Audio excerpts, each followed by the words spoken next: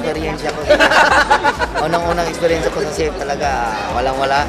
Nag-umpisa hanggang ngayon. Then, nag-focus lang po ako. Saka yung focus na yan, yun ang pinakamagandang basihan natin dito sa CF na to. Kung paano po talaga tayo makagawa ng magandang pundasyon sa company na to. Saka yung mga bagay na yan, ngayon ang pinakamaganda. Hey, ma'am, tika muna. So, una-unang happy po talaga ako sa company na to. Bakit?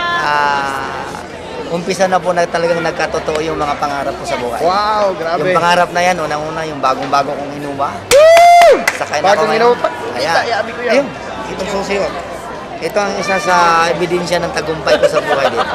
Siat, magkano yan, kuya? 1.5 lang. 1.5 lang, grabe, 1.5. Imagine, 1.5 lang.